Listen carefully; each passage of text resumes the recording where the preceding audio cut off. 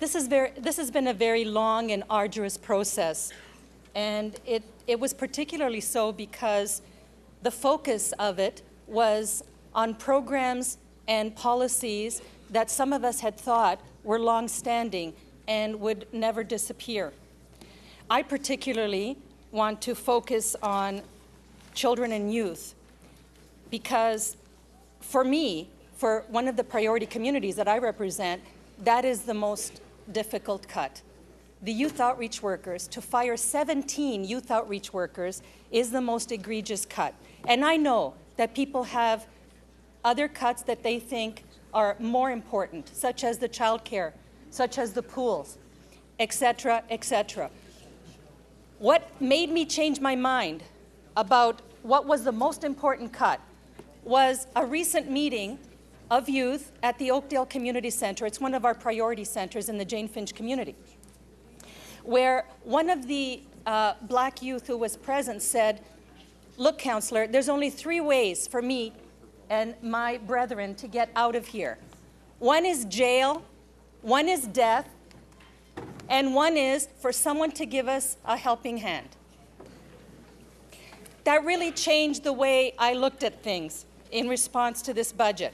Because by and large, and it brings tears to your eyes, he's right. I got this last Saturday in one of the daily newspapers, and it's advertising public sector camps.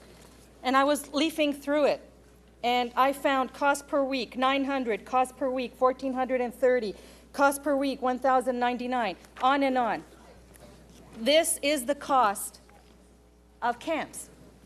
You know what will happen if we do to our priority centers for children and youth what we did to adults? The same thing, only worse.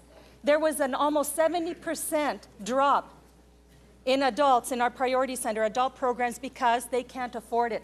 What's going to happen to our youth camps, to children out on the street in Downsview, in Scarborough, in Rexdale, etc., if this goes through? They will be on the street. Councillor Josh Cole's motion deals with one of those issues that hits hard, especially in my community, but only one of them. And yet I have to swallow and vote for it because it's too important to lose. And it's too important to lose for these children and youth who will be out on the street, who used to be out on the street before we had these priority communities. No one can tell me or anyone else who knows these children, no one can look in their faces and say the firing of these outreach workers will have a positive effect on this city. It will have a most egregious effect. We were able to turn around the nutrition program cuts because people sent in these wonderful posters, especially from the Jane Finch communities. One school with 822 kids sent in 800 of them, saying, please, don't cut these important programs. And we listened. We need to listen some more. I've been around here a long, long time. And every time it comes down to leaf blowing, snow removal, and parks cleaning, but it never comes down to the kids. And it should, because you saw them here this morning, the Afrocentric kids who were sitting in these rows. They're the ones that are our future leaders. Councillor Thompson made it really clear. They're the ones that are our future leaders. We're hitting them in the back of the head when we take away food, when we take away their priority centers. Thank God Gloria Lindsay-Luby got up here today and moved that motion that she did. And one of the members of the executive had the audacity to stand up and say, what's a loony, what's a toonie? If you have to ask that question, you don't know the face of Downsview, the face of Scarborough. And you don't know, and you don't belong here. Okay.